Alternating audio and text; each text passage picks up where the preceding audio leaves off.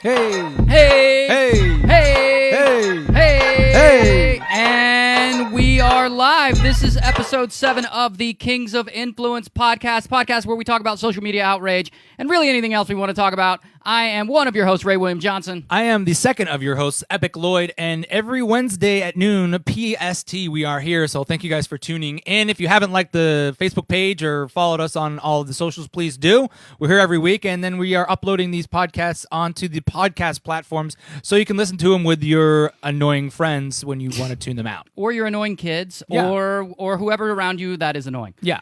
We are a bug light for annoying. No, actually, I Exactly. should say a repellent. We repel annoying. We repel annoying. Yeah, People I get like- less annoying when we're around. Yeah, you can bear them. We make your day more bearable. It's because we're so annoying. Yes. It's really a comparison thing. Yeah. Did you do anything interesting this week before we jump right into these social media a-holes?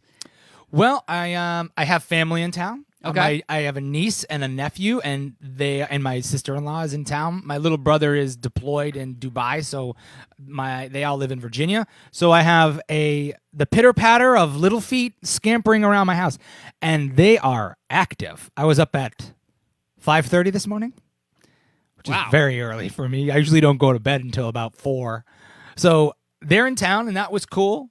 And then I have some shows coming up, which is pretty fun. I'm doing a show tonight, which will be fun. I'm doing a show at this place called the Hotel Cafe. I'm doing this thing called the Everybody Go-Go Show, which will be cool. So if you're in Hollywood and you want to come check it out, it starts at 7:30 or 8. It's like a comedy show, and then there's go-go dancers. And then there's like a rapper, and then there's go-go dancers. And then you drink, and everybody has a good time. So that should be fun. All of that mixes. Yeah, should be fun. So this week with with your niece and nephew, has that made you want kids even more? No. I love them dearly. But and they have nothing to do with my decision making on that process. But I definitely it's never been for me. I love having them here for a week. I love being able to be a release valve and help my sister, hang with them. And I love the smiles on their faces when they come out here. But I do definitely feel like my path was a different path. And I will say, that is a growing trend, not only in the nation, but everywhere on the planet, except for, I believe, Africa. I think Africa is one nation or continent, I should say, the population is growing, but in most other countries, Europe, China, Japan, Canada, people are having less children in general. Wow. Yeah. No, that's good news. I mean, I'm a dink as well. What is that? Dual income, no kids. Yep. I didn't even know that was a phrase. Yeah, until double Kelly income, taught me. yeah. Double income, no kids. So yeah, I'm a dink. So it's good to hear that there's a world full of dinks because it doesn't feel like that. It feels like everything is made for kids and people with kids. Yeah, I definitely have to like I have tons of friends with kids. All my friends have 2 kids. I love all my friends with kids. But I definitely have to. I find myself hanging out with younger people now because they're the only ones left at the bar while I'm still there. You know what I mean? Hello, fellow teenagers. All right. I guess I'll buy you some beer. You guys going to homecoming or what? All right. Jesus. So I got to hang outside the 7-Eleven and offer kids to buy beer to make friends. I know. Well, what are you going to do? I never did that when I was in high school. I never asked anyone to buy us booze. I was petrified to do that. We did it. Did you? I never did it, but my friends did, and I would drive. Yeah. I mean, I'm not going to go ask these fucking... Yeah. Like, sometimes we would ask, like, a bum. Yeah. Like a homeless guy. We had no homeless people in where I went to high school. None. And, you give them a little money, and then they do it. Damn, you are a dark soul. I mean, we were teenagers, yeah, man. You think I'm dark now, you should have seen me as a teen. Yeah. We were all kinds of...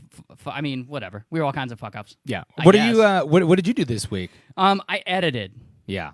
I edited so many videos. I'm like, this is boring shit, but like, I have like 200 sketches under my belt or 300 or Wow. something like that. And I'm like editing them into compilations and reposting them because they're getting a lot of traction. So I spent like all of my week kind of doing that. Oh, wow. And then, working on the sound on this fucking podcast. Yeah, right. Which Sorry has if been the a sound nightmare. doesn't sound right on here, guys. We're working with these things. We're moving forward. We're getting it done. Yeah. It's definitely a time-consuming process. Mhm. I edited the other day for 13 and a half hours straight. Damn. And I didn't even look like, you know what I mean? You just get Yeah. lost. It's almost like coding. You're like, holy shit, what am I doing? And then, because for me, I just get to that point in the edit where you're so tired and you're so like pissed off at this cut. then you're like, fuck it, I'm just going to upload it. But then you're like, if I upload it like this, literally all these 13 hours that I spent trying to get these other parts nice and good, it like flushed down the toilet. You know what I mean? It's like, and I can't square that off in my brain. I can't let this edit win. Yeah, I know. Okay, listen to this. Listen to this. So, revisiting the James Gunn story from last week. So, just to catch you back up, James Gunn was fired by Marvel/Disney from directing Guardians of the Galaxy for some tweets that he made, some pedophile and rape joke tweets that he made. Yes. 10 years ago. Yes. That he apologized for. That he apologized for and deleted. But it didn't matter. Disney let him go. Marvel let him go. I always say Disney/Marvel because I assume it's the same. Can we make a name? Darvel? Misney? Misney. Hey. Yeah. More like miserable. Heyo. Hey, that was terrible. So, now this week, the entire Guardians of the Galaxy cast has like banded together. Fuck yeah. And they, on their social media, they released an open letter to Disney to basically reinstate James Gunn. That's awesome. So Chris Pratt, Zoe Saldana, Bautista, all of them. Bradley Cooper. The raccoon? The raccoon, all of them. So there's the letter. That's from Chris Pratt's Instagram right there. I'm not going to read the whole thing, but, it's an open letter from the cast of Guardians of the Galaxy to our fans and friend. We formally support James Gunn. We were all shocked by his abrupt firing, blah, blah, blah. They talk about redemption. They hope that it can serve as an example for people to take more responsibility, but also that he should have his job back. Sure. And it hasn't gotten any, I don't want to say it hasn't gotten any traction because it's obviously gone viral because of the weight behind it, but Disney hasn't necessarily hired James Gunn. They haven't. Back yet. They have not. That is some bullshit. You know what? I read up on the events of last week that we talked about, and I found out some more stuff about it, which makes me believe that he should be reinstated even more. So it turns out that the people that dug up those old tweets and released them were some like right-wing extremist people who that are trying to like fuck with him. You know what I mean? Because he's very left. Yeah, so they didn't just sort of resurface. They didn't naturally resurface, and then Disney has to deal with it. People released them and were like, "Look at this," and just by Disney firing him shows that they support and will tolerate that type of behavior is garbage. That's awful. So I stand by what we said last week. Is like shitty tweets, obviously, but like I hope that Disney changes, and because when you're a company that is that massive and has that much reach, what you do from a moral perspective is going to resonate and affect so many people. Maybe not right today, but like, it's going to help you make your decisions throughout the course of the next however many years you're producing content that millions and millions and millions of people will see. So, and it is bring back the gun for Disney. I agree. I agree. He should be able to come back if he were tweeting them currently. If he were currently making those jokes, I would say, yeah, Disney, you might need to let him go or sit down and talk to him. But this was way before his Disney deal. So it gets better. Listen to this. Oh, man. It gets better. So as I briefly mentioned last week, Disney has a questionable past too. Walt Disney himself was known to be quite anti-Semitic. Disney has had some questionable cartoons. There was one with Mickey Mouse in blackface that I saw that I was able to dig up. So Disney themselves have a past that Disney itself wouldn't necessarily forgive. So let's look at this blackface Mickey Mouse cartoon, just because it'll be fun, and I'll describe it for you. I'll describe it for you listeners at home. All right, so you see the cow. He's taking soot from a lantern. He's putting on the blackface. That's shitty. Okay, and then there's Mickey, and he does it a little different. He's putting on the potato sack. There's the hair. Now, now he's gonna light a stick of dynamite. He blows his face black. And listen, Mammy.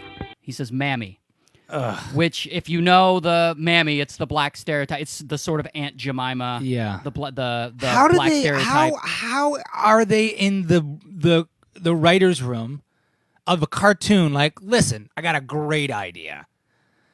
Well, they gotta realize that was 1933. Steven Still, they're making cartoons for kids. You know what I mean? Like 1933, who cares? There's still people out there. I would hope that you understand that that's awful.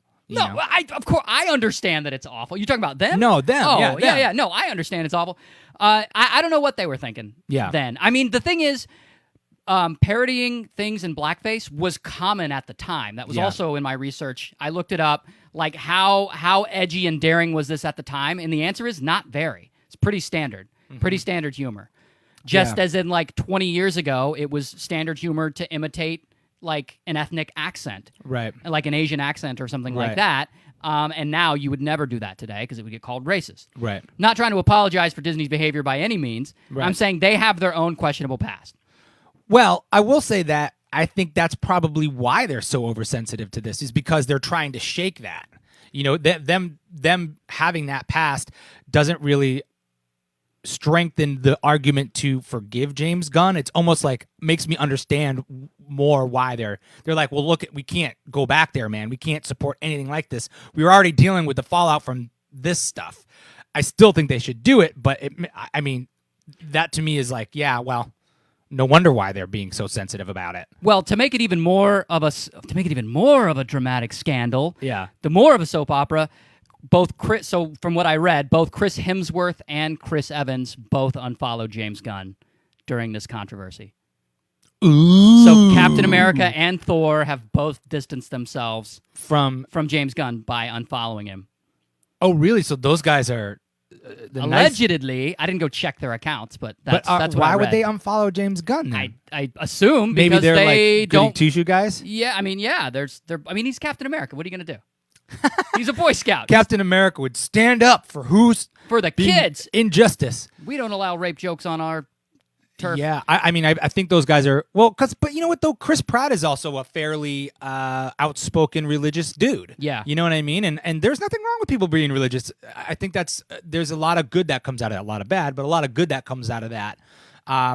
So I wonder if, I mean, they obviously have different standpoints, and they probably haven't worked with him as closely because James Gunn didn't direct Captain America. Right. It was more the Guardians.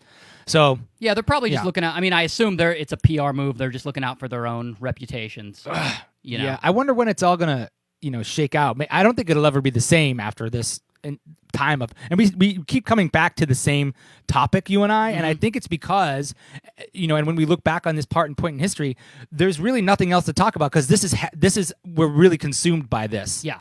We really are, which is kind of an interesting time to live. It's interesting to talk about it, but I wonder when it'll shake itself out, or at what time it's gonna settle. I mean, we really do. You're right. We are living in an interesting time. We really do live in a time where you can say anything, but you can't really say anything. Well, you can. A really close friend of mine who is. And I love this person, and he's a very strong advocate for social justice. He said, you can use any word you want. He said he was quoting somebody else, Kamal Bell. He said, you can use any word you want. You just have to be willing to deal with the consequences. Kamal Bell's quoting me. Yeah, right. I say that all the time. Yeah. You have to deal with the social consequences. Yeah, you have to deal with the consequences, and that's true. And it just depends on how much you have to lose and how you react to the reaction. Some people have nothing to lose and they're living for reaction. They're living for fallout because it really no press is bad press for some people.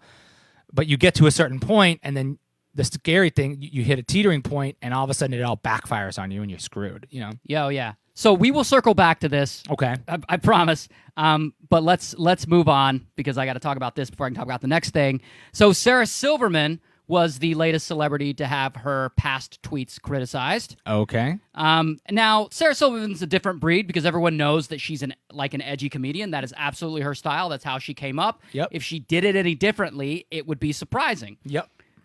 Now, let's look at her. Let's look at the one tweet that was under fire, and I really think it was the one tweet.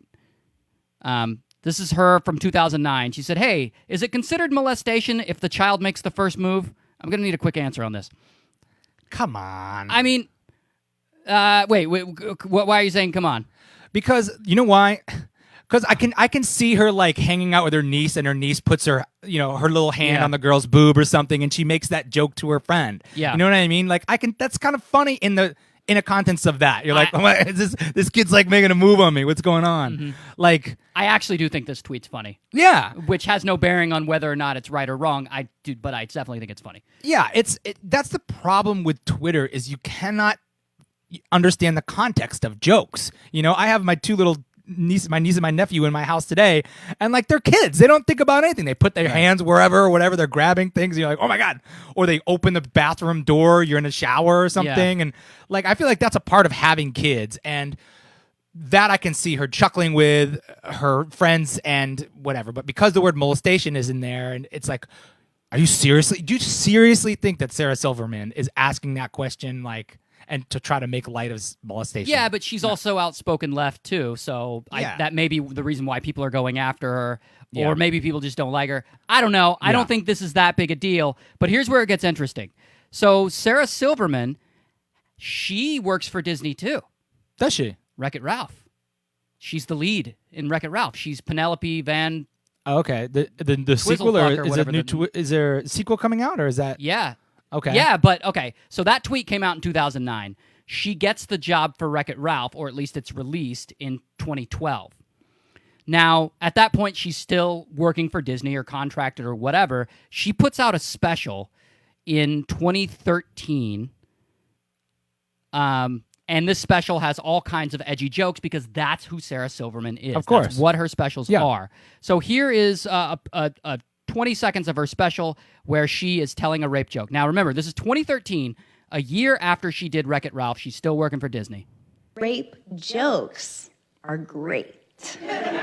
No, because they make a comic seem so edgy and so dangerous. And the truth is, it's like the safest area to talk about in comedy. Because who's going to complain about a rape joke? I mean, I would say rape victims, but they're traditionally not complainers. Right? Yeah. Now that's very standard Sarah Silverman. Right. She did not get fired by Disney, and in fact, Wreck-It Ralph 2 comes out later this year.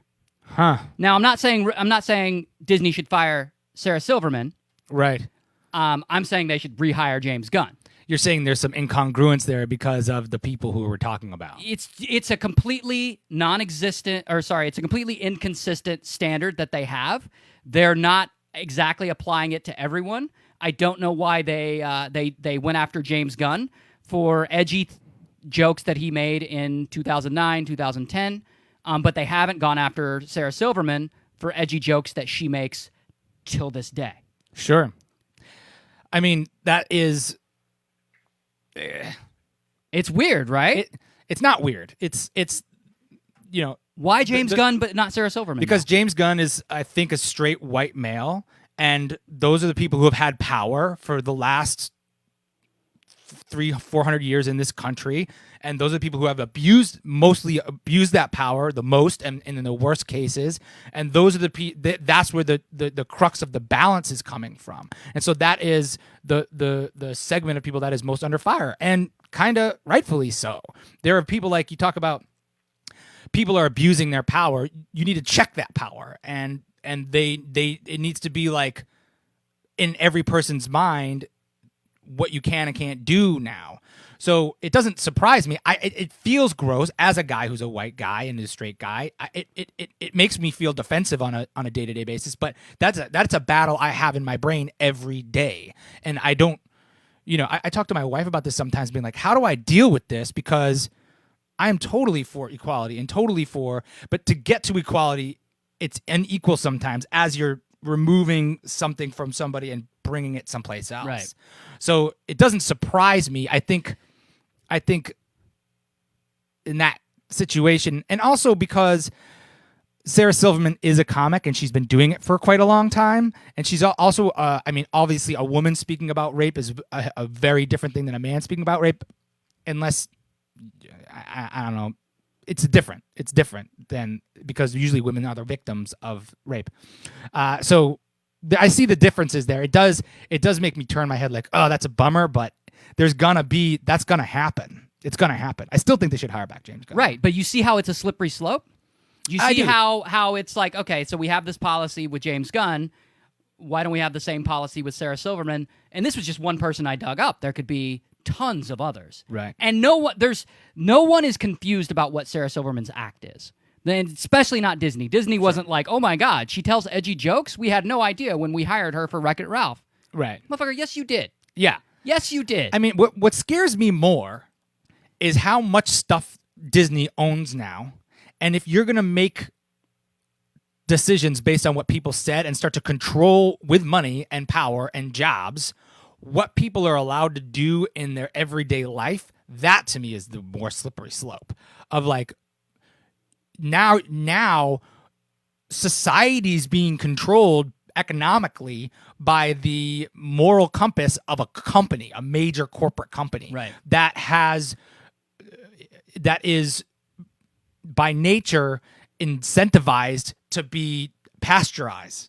You know what I mean? So you can't get, say, God forbid, 90% of all the entertainment jobs in the United States are held by Disney at some point in time. Jesus. And Disney has all these, that's more like Nazi shit to me. You know what I mean? That's like, fuck, what, damn, you better not say anything or else this giant hammer is going to come down and take your ability to make money away. And then it won't, not only entertainment either. You know what I mean? It's not only the actors. It's how many different jobs are involved in that. You know what I mean? I'm just waiting for our podcast to get shut off and like, oh yeah, the Mickey Mouse laugh. Yeah, right. Oh my God, that would be amazing. Yeah, that to me is more scary. Yeah, Mickey Mouse comes and kicks Donald Duck kicks our fucking door open. Yeah, yeah. Or whatever. You can't say that. Yeah. Just gets all mad. Yeah. No, it has to be unequal for a while in order to get back to equal. I guess that's my point. That's how I square it in my head. Of like, yeah, it's gonna be that way for a while. So you think Disney is going to be inconsistently policing the behavior of their talent? I think there's certain people under the microscope more than others right now, and those are the people that need the most work, and that's why it's gonna feel like, why the fuck they always picking on me? And it's because you were the ones who fucked up the most. So you think it is going to be the straight white males who? I think, yeah. I mean, I guess, and yeah. I think those are the people who have held the most power in this country for years, and those are the people who have abused the most power for years in this country. And while it feels uncomfortable for you and I, that is where the most balancing of the scales is needed, and that's just the fallout of it. What about Roseanne, who is not a straight white male? Well, she's doing. But she wasn't. That wasn't an act. That wasn't a stand-up special. Right. That was a. You can feel it in your bones. It was an insult. It was a direct insult. Yeah, meant to be an insult. Yeah. You can feel. There's like a gut reaction that you get from stuff sometimes. The little hairs in the back of your head stand up. Like that's coming from an evil place. Yeah. Sarah Silverman this is a well-crafted joke. Yeah. She's making a point. I bet if you watch that stand-up more, she probably calls it back. She probably rounds out that thought. Yeah. And it gets really intelligent. This was like, you're like, you say this in your living room when nobody's around, don't you? And you just got caught saying it here. Ambient tweeting. Yeah. Ambien, my ass. Ambien makes you fall asleep. You can't fucking tweet when you're asleep. Oh my God. Jeez. Okay. So let's play a little game we like to call Make It or Break It. We got a little sound intro this week. I love it. That's great, isn't it? We leveled up. Our sound is leveling up. We did. We got our own sound bites. We're gonna have to add some more for each segment. So here we go. Do you want to make up the Make It or Break It this week, or do you want me to do it? Go for it. I'll make it up next week. Because it's a little similar to last week. So Make It or Break It. All right. Here's the rules. So I'm going to present to you a scenario, a romantic scenario in which you have a partner and you've been dating for a few months and it's wonderful, everything's going great, and then you find out this one little fact and you have to decide based on that fact if you want to keep the relationship going or break it off. Yeah, breaking it off. So Make It or Break It. Your partner is not famous, like Sarah Silverman, but is a stand-up comic and tells rape jokes on stage like Sarah Silverman. Because I think if she's famous, it justifies it. But if she's not, because like if Sarah Silverman weren't famous and she were getting on stage telling those jokes, you'd be like, wow, rape jokes. I don't know if that's going to work. Right. But because she's famous, you're like, shit, it's working. Well, I have a question. Do the jokes work? Are they funny? Are they intelligent? I mean, it's subjective. Sorta. That would be... What jokes work at an open mic anyway? Yeah, making rape jokes. I don't know. It wouldn't break it for me. It wouldn't break it for me. Not if it was in her set. Not if she was working it out, and not if the sex was real good. What if one of the jokes? Well, the sex is real good. I'm drawing horrible conclusions in my head about all of that, and why those jokes may work. It wouldn't break it for me unless they were just if I saw it and I was like, oh my God, these are awful. They're never gonna get. You could tell. You could tell as a comedian or someone who's been in the business of that for a while. You can tell the difference between someone who's new or someone who's just never gonna have it. There's a have it factor there. Well, yeah. And I've seen it a lot where you're like, God bless. I love you. I love having drinks with you. You're great. I love it. It's not going to happen, man. Remember when we went on the road and we opened at that club that I won't name, and there was that girl that opened for us, and she told 10 minutes of herpes jokes? Yeah. And then she's like, why am I single? At the end? Yeah. That was great. And not because it was a good act. It was great because we stood on the side and we were just like, what the fuck are you talking about herpes for 10 minutes? What is going on? It's not man? working. Yeah. Like maybe one herpes joke or two, but just kept going on. And by the way, I don't have herpes. You're like, she kept reminding the audience that she doesn't have it. That was a train wreck. It's the tough thing about stand-up is that like often stand-ups don't really break it down with one another too much. You'll have a couple close friends that you can talk to about that stuff. But like in improv, you have a coach and like you get guidance and you get notes after every show and it's just like process. Stand up, it's like you get thrown to the wolves and you just let you let the audience decide kinda. Yeah. And that's not even a great barometer because a joke that works in Kentucky is not going to work in Portland. You know what I mean? And Portland is not a state. I understand that, but I just wanted to say it. So it's like you're screwed oftentimes. Yeah. Well, and the thing is, when you make comedy videos for a living, I think you have even less peer-to-peer feedback. Like I don't come over here and show you a video. Like I'm going to put this out. Do you have any notes? Yeah. That doesn't work at all. I know. Well, just in terms of time and volume, you don't have time to. You don't have time to do that. Which actually kind of segues into my thing, but we do need to hear about would that make it or break it for you? I think I could make that work. So the thing is, if she told the rape jokes, and she wasn't famous, I think I could make it work. But I think you're right. I think I would have to make a judgment call about whether these are working for me or if I think she has it. Like, does this partner have the it factor where I think she could eventually make these rape jokes? Yeah. Or is she like Herpes Girl who's just talking about herpes for 10 minutes and it's weird and it doesn't work? Yeah. How are her other jokes? Does she have any other? Is it just that? I think they're hit or miss. Yeah. Let's just be flimsy and wishy-washy on it and just say, sometimes they work, sometimes they don't. She's got No, the thing is, if she were a killer comedian, if everything worked, well, then the answer would be obvious. Right. Yeah, of course we go for it. She's a great comedian. Yeah. She's just trying to work these jokes out. But I would say she's like almost every other comedian you meet, whereas they got to work stuff out for a long time before it really hits. And there's truth in comedy, and you have to have there are topics that are taboo, but laughing at things is a part of the healing process on a lot of levels. And there are a lot of people who have experienced some really horrible things, and some of them are comics, and some of them have to deal with them in that way. And I don't know that about Sarah Silverman, but if she has some experience with that, I would not be super surprised because of the fucking numbers in this world. Yeah. So and if that is the case, then that even opens it up to more of a yes for me. If you've suffered from something like that, and stand up is not supposed to feel like therapy, but it often is, then you know what?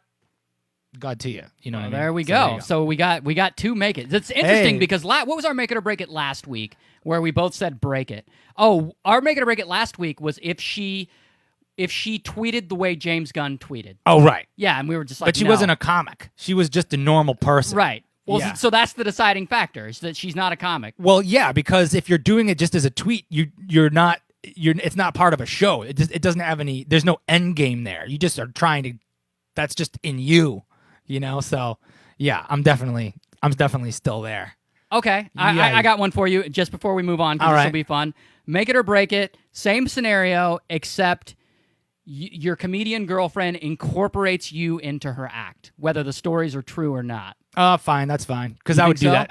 I talk about my wife all the time in my stand-up, and if I was to say that would be such a hypocrite. It would be unbearable. See, I don't think I could do it. No. Well, because I'd want to hear, I'd want to check it all before it goes out. Well, let me hear it before you get on stage and fucking embarrass me. Yeah, man. What if her whole act was her getting on stage and just telling stuff about you that's true? Yeah. That is just super embarrassing. I mean, yeah. I guess I would. I mean, You could that do- I mean- kind of do that same shit. Oh you know? my God. It's I like could not do it. part of the. I would have to. I'm okay. There are some people who can't laugh at themselves.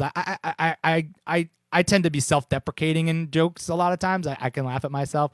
I think it would definitely cause some friction. They're like, hey man, like that's not cool. Especially if she hadn't, not even if she hadn't checked with you first, but if she hadn't made the complaint directly to you. Right. All of a sudden you hear that. Yeah, you there's hear this- it on stage, like, guys, what do I want to talk about? I have a partner, and he's just not as satisfying in bed as the last guy I was with. Wait, Don't you what? hate that? Wait, what? Yeah, you're like, hey, can we talk about that? Can we talk about that privately before you? No, I only talk about it on stage. Yeah, that would be difficult. Oh God, be difficult. And of course, the audience is sitting out there like, Exactly. And then she goes, and that's him, by the way, right there. right, And the audience points is like, to you, shit. points to you, not the ex, the current. Yeah, right. right there. The X is 2-3 down. Yeah, He's exactly. great. He's great. Call me. It's like Brad Pitt. Oh Lord. All right, man. you had something this week. Right. So, okay. So, speaking of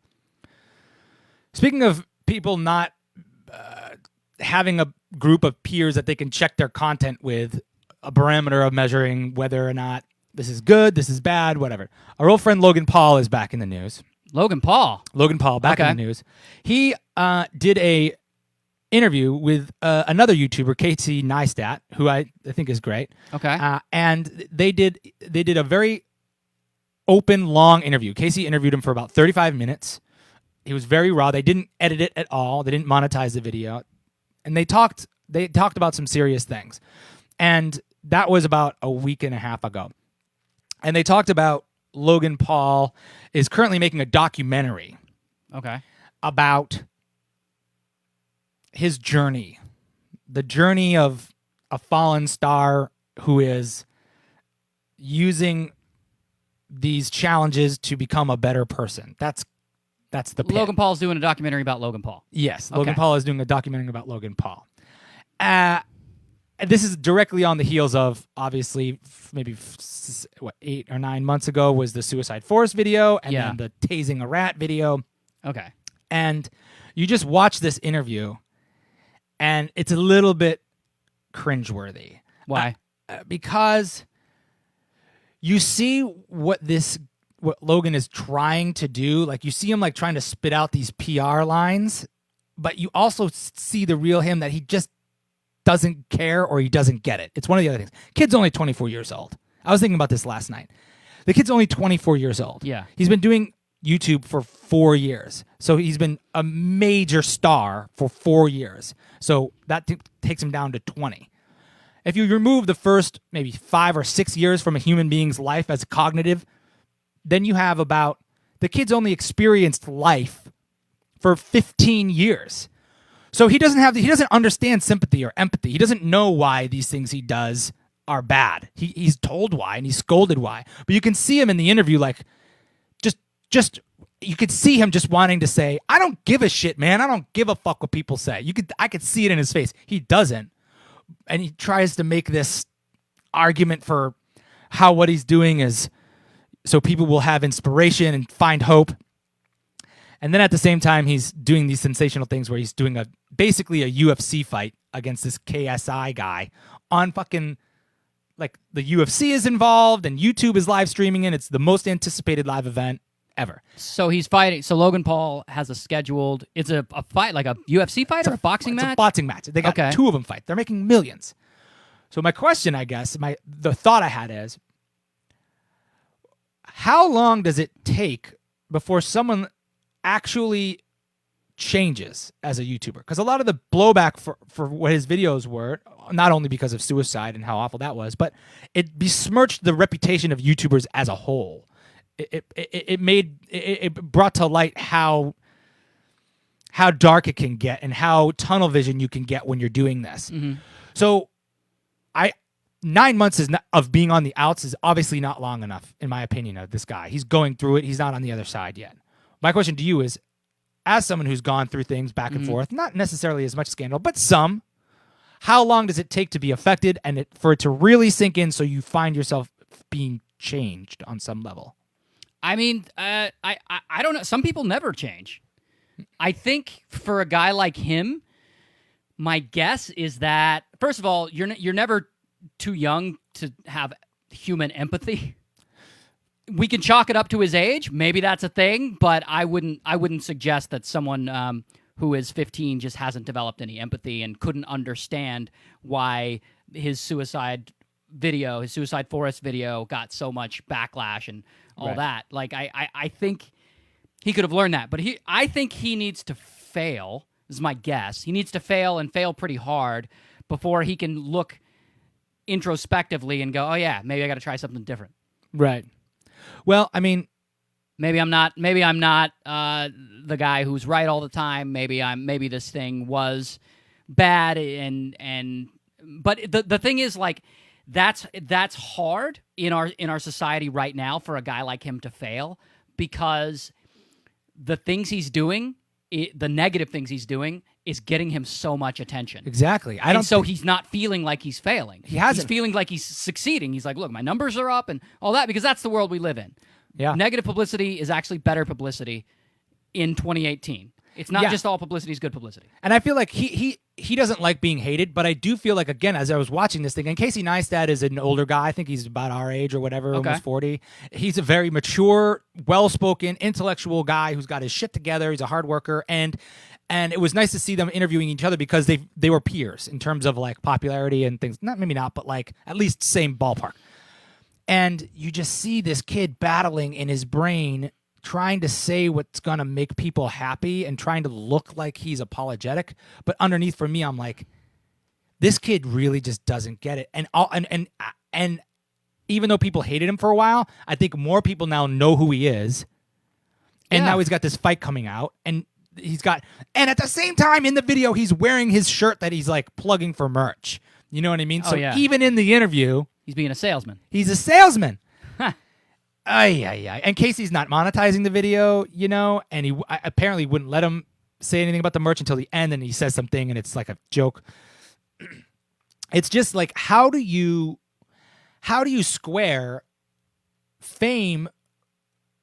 It does nothing to make you a good person until later, unless you're Will Smith. Maybe if you're Will Smith. It's an interesting thing that you put forward, because you said he doesn't like being hated, and when you're like an internet star or celebrity or sensation, it's an extremely difficult thing to measure if you are hated, because Martha Stewart could fucking tweet something and people would say, fuck you, Martha Stewart. Right. And she would feel hated. Like, the internet makes you feel hated. Yeah. And I don't care. There are people who I look at as an internet star, and I think, well, man, that person's really loved. And if you talk to them, they go, man, I get so much fucking hate. Right, sure. I get hate all the time. Every single person feels it. That's all they ever think about. For some reason. Yeah. And so I don't know how a guy like Logan would make that distinction of, man, do people really hate me now, or have I always felt this hate? Yeah, I don't think he actually feels it. I think, and back to your point about being 15 and having empathy, I don't think it's an age thing. I just think for a kid like that, good-looking, upper middle class kid, decent parents, white boy, strong, blonde, there's not a lot of struggle there. You know what I mean? So it's not like 4 of his friends when he was a kid committed suicide, or he saw, and this is me making assumptions, but I feel fairly confident making these assumptions. Yeah. Experiencing something with someone firsthand is I feel like the most effective way to empathize. You're like, oh my God, you're going through it with them or whatever. So that's what I mean by that window. There's not a lot of opportunity for that kid to see things that way. So he's like, who cares? Somebody dies, they wanted to die, they died, or whatever. So that's what I meant by that, just to clarify. So for him, I think it's until he actually fails, until his channel actually tanks, until the money dries up, until he hits that point where there's the next Logan Paul. You know what I mean? Because there'll be somebody else, and then he'll have to. Oh yeah, there'll be a younger, more handsome, more crazy, probably like British. Yeah, always British. Logan Paul. Yeah, always British. Always. I'm Logan, Sir Logan Paul. Right. But his name, and he'll have one of those names like, they call me Johnny Fire. Yeah. I'm 14. I'm Johnny Fire. Yeah. And I don't know. I just kind of got bored and posted a video with 3, and it went viral. And here I am. Logan, oh my God, Johnny Fire! So famous. I don't know. I mean, it's really about the hard work and believing in yourself, you know. Yeah, that's gonna come. That's the thing, man. Like, no matter, like, industry changes and content changes and music changes, but there's something about people losing their shit when they get popular that never changes. Like, you were just talking about Robert Downey Jr. I remember when he was like the hothead kid. We talked about that 80s. before we got on the on the podcast, just so you guys know in the audience. We were talking about Robert Downey Jr. and how he is now, but based back in the day in the 80s, he was that. He was the Hollywood scenester, cocaine, he was a junkie. drunk driver, always getting pulled over Yeah. and all that stuff. And I'm sure before that was like Jerry Lee Lewis and all those guys before. And there's something about when you go from normal to everybody's hanging on your every word. Yeah. It can send you sideways fast, and they'll So- never change. Okay, so here's what I've learned in my 10, 11 years of popularity and having fans and a fandom and really just patting myself on the back the whole Hey. time.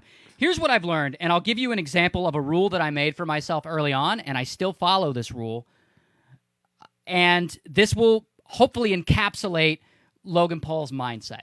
So one of my rules is I don't watch videos about myself. Oh, I do not watch videos about myself. Here's why. Because no matter what, it's going to be an unrealistic point of view. So the video is either going to, if you're like a star or whatever, the video is going to worship you and be like, Ray's the greatest in the world and he's the funniest comedian in the world. That's just not a realistic statement. I am not the Right. greatest in the world. I'm not the funniest comedian in the world. That's just not realistic. Or the video can go the other way. Ray's a piece of shit. He needs to kill himself. And he's the worst human being in the world. Yeah. Again, not realistic statements. Yeah. None of that is grounded in reality. What you're not going to get is you're not going to get a video that's like, Ray's all right. He works really hard and tells some pretty good jokes sometimes. Yeah, right. Like, you're not going to get anything down the middle that's any kind of real. So all that's going to do by listening to that chatter, all it's going to do is fuck you up. Yeah. And it's going to give you a false sense of ego, or it's going to kill your self-esteem. yeah. Neither of which are healthy. So basically, you're living in a world where there are a shitload of people talking about you, and you kind of have to ignore it. Or you have Yeah. to be selective in what you hear or whatever, and it fucks you up. That's why guys like Robert Downey, and, bad childhood and stuff, that's why guys like that go through this period of, like, I don't even know what's real. I'm Logan Paul. I don't know what's right or wrong. Yeah, well, was they're it getting- wrong for me to film that dead body? There's a lot of people on my side. Ooh, but there's a lot of people against me too. I don't know. I'm only 24. I don't even feel like an adult yet, and I don't know how to make my mind up on this. I just know that people are telling me it's wrong, and also people are telling me that they love me. Yeah, and It's crazy. the encouragement comes from all the wrong places. You're being encouraged to do the wrong thing. You're being encouraged to go farther. Yeah. And the one point that he did make that I did think was very true and very valid, and I was interested in that. He said that as a creator, he was uploading vlogs every day. So daily vlogs. So his whole day, and I upload once a week, Sunday 16s, check it out. And I know how hard that even is, just once a week. He's doing it every day. So his whole existence is just tunnel vision on this. Yeah. So his point was like, honestly, when we were making that video, I didn't even think about it. I didn't even step back and be a human in that moment and be like, let me judge this and see what this feels like. How is it going to be perceived? I was already on the next video. Right. I believe him. Yeah, I believe that too. And that was the most sincere part of his interview that I did appreciate. Because I was like, yeah, I can see that. Like, you stop being a human and you stop being able to step out of your place and look at it. And that's where I think the important part is having that circle of friends. Like, where's this kid's parents? They're in the car that he bought them, but my dad would flip his shit. Mm-hmm. My dad likes being unpopular. He's like one of those guys, but he would. You mean like a contrarian kind of thing? Oh yeah. Okay. Like, and sometimes it's awful, and sometimes it's very, very helpful because you can't be afraid to be in conflict with people sometimes because it's healthy, and someone's got to call you on your shit, and they. Yeah. And there are certain people in your life that you're so well connected with that when they do a video or when they say something and it reeks of inauthenticity, you can feel it. Oh yeah. Not everybody in the world can, but it still perceives you in a way that's not really who you are. And that's one thing my dad does. And where is this kid's parents about that shit? Like, I think his dad's involved in his career. I think his know dad he has some is. kind of I management know he position or is. something like that. Has to be. I'm not 100% up on it, but I'm pretty sure yeah. that's part of the thing that may be part of the issue. Look, my issue with it, like, look, he's a young dude who fucked up 9 months ago. Yeah. I kind of don't care at this point. Like, I've moved on from that particular fuck up of his in reference to the suicide video. I do think that there is value in him leaning into whoever he really is. Like, if he doesn't give a shit, I think he should own that. I really think, and I'm not saying he's right or wrong because that's really subjective, but I think there is an argument to be made of him saying, look, I document my life. That wasn't that's what I do. That wasn't a pretty thing to see, but I saw it, and a lot of people didn't like it. I will think twice about doing that again because now it's on my radar, but I'm fucking moving on. Because here's why. Yeah. So I listened to Adam Carolla say a thing in an interview one time, and it really stuck out with me because he's right. He said when he was a younger guy, because he was a boxer, and he would get into fights, and he would never pick a fight with a guy, but occasionally he'd be at a party or something, and someone would pick a fight with him. And he said the absolute most sure way to get a guy to fight you is to do this. Hey, man, I don't really want to fight. I'm not really a fighter. That's not my thing. Really? Yeah, and the guy's like, man, I'm gonna kick your ass, dude. Look, man, that's not really my thing. Man, I'm gonna fuck you up. All right, man. I guess if you wanna do it, and then because Adam was a boxer, he'd fucking beat him up. But he said the second that the guy's like, I want to fight, and he's like, great, let's do it. The guy they would back down. Yeah. Or whatever. And so the metaphor is this: like, the second that Logan Paul steps back and goes, well, I guess I'm supposed to say I'm sorry and that I feel bad for these things, and I really don't feel all that bad, but I guess I'm supposed to say it. The second he does it and admits that he's wrong is the second. That's the second that he's taking a step back and going, yeah, sorry, I don't really want to fight. And that's when everyone attacks him and goes, Logan, you're a piece of shit, and all this stuff. I think there is value in him being his authentic self, even if that authentic self is not a person we want to see. Yeah, I think when...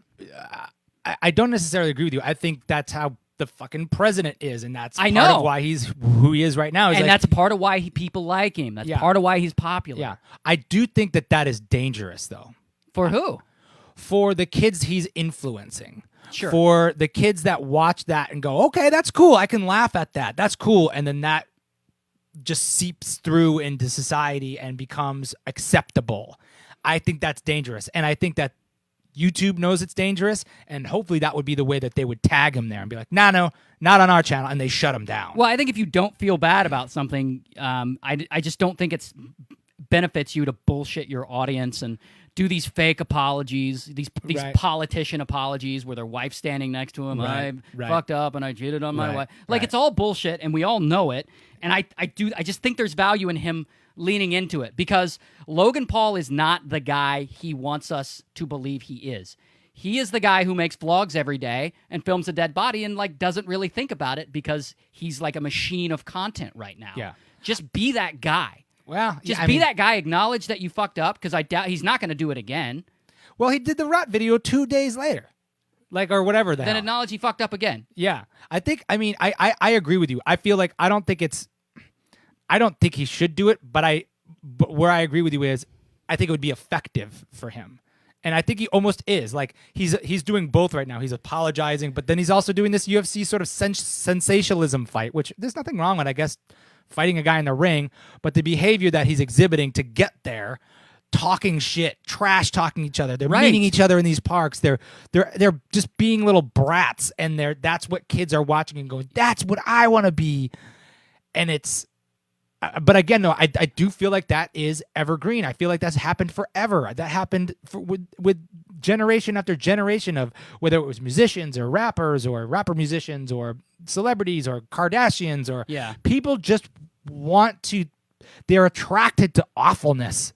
Yeah, and that's why I think that's why I think he should lean into it. That brat that you just described, that is the real guy. Yeah. That is the authentic guy. Yeah. That's the entertainer. But I That's hate what those people. come- I don't do wanna hate too. the guy. But there's value in it. There's Yeah. value. There's career value in us hating him. Like, he can get further. You know what's not going to get him very far? Him making fake documentaries about what a great guy he is. Because Yeah. we know it's bullshit. I'm just not thinking about him as the individual. I'm thinking about us as a society being like, if these are the things that eventually, because that's how the president gets elected. Now that's what represents us in the country. Then that shit gets dangerous. Well, of course, but You know Logan what I Paul's mean? not he's not he's Dude. not tasked with representing a constituency like a body. Yeah, but look where we are. I know. Look where we are. He could be vice president in 2020. Jesus Christ. I get. You know? So I definitely think we should hold politicians to different standards, but I just think there's a lot of value in an entertainer being as authentic as, feels comfortable to them, even if it's admitting, like,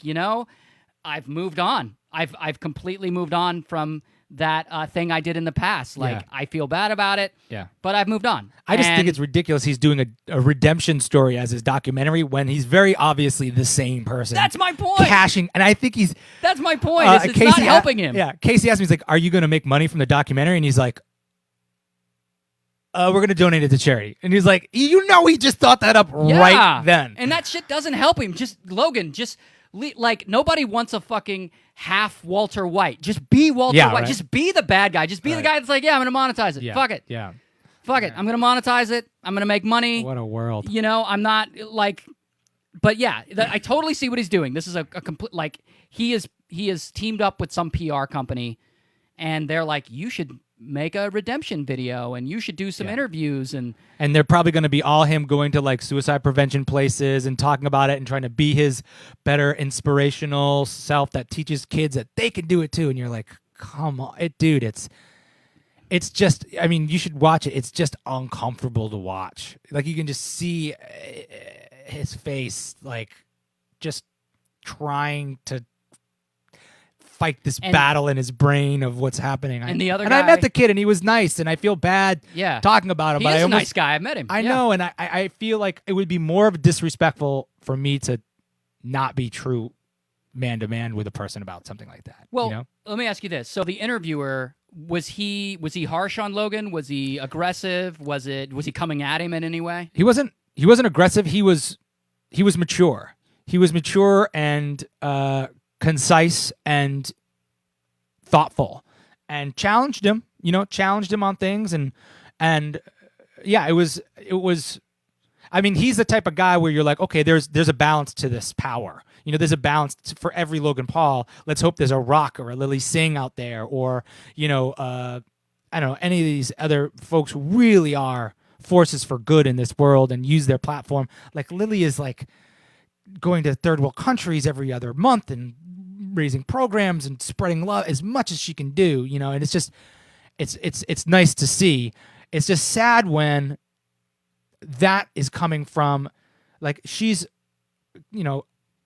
Indian woman, so obviously a minority, and she's from Canada, but like it sucks when like the people with the most power abuse it the worst. Like, you're not helping, bro. You're not helping when you're like the fucking white boy running around in Japan wearing Pikachu outfits, jumping on cars, like making fun of the culture and shit like that. You're not helping, man.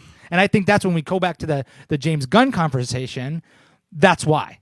Because you can map that archetype of Logan over time after time after time after time of again. And that's what, of course, it's like if you're running with that crew, then there's going to be harsher eyeballs on you. Speech done. We should do prank videos, me and you, Yeah, but like really mean ones. Yeah, No, I can't do that. That's not who I am. Well, I think unless we have, we have the crown. We got a crown. Hell yeah. The kings of influence have delivered a verdict. Yeah. Yeah. All okay. right. So who is the king of influence this week? You can play along at home if you'd like, silently to yourself. The kings this week. We have James Gunn, we have Sarah Silverman, and we have Mr. Logan Paul. Yeah. I'm gonna give it to, and this might not be exactly one of the choices, but I'm gonna give it to the cast of Guardians of the Galaxy this week. Okay. Cast of the Guardians of the Galaxy get the king because They're speaking their mind. They're backing their guy. They're standing up to the mouse. They're standing up to the mouse. That's huge. They're huge. That is massive. If they decide not to do the movie, that'd be a different thing. I don't think they'll go that far. But I'm No. going to give them the king this week. They're not going to decide not to do the movie. They're like, if the movie is on the line, they're going to be like, it was nice knowing you, James, but I'm sure you'll get a job directing a kids' TV show or something. Yeah, you'll be in the new X-Men. Yeah, you'll be fine. But no, there is. I would say there is something at risk for these guys to put out this statement. Of course. To challenge their boss. They're challenging their boss. Yeah, I would give it to them. I was going to say I'd give it to them or I'd give it to Sarah Silverman for being able to be an edgy comedian and keep her job at Disney. Yeah, right.